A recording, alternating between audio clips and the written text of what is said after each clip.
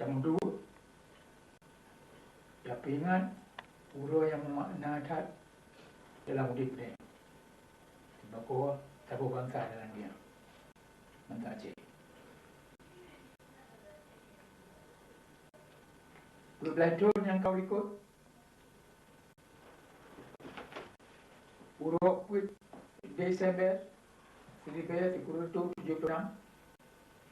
kalau dia punya tahu badunya bahwa kita kata sambung sejarah itu kata benda kelahi negara itu dan akan tercok pulang Bandung hak pusaka itu yang indah tu kuah.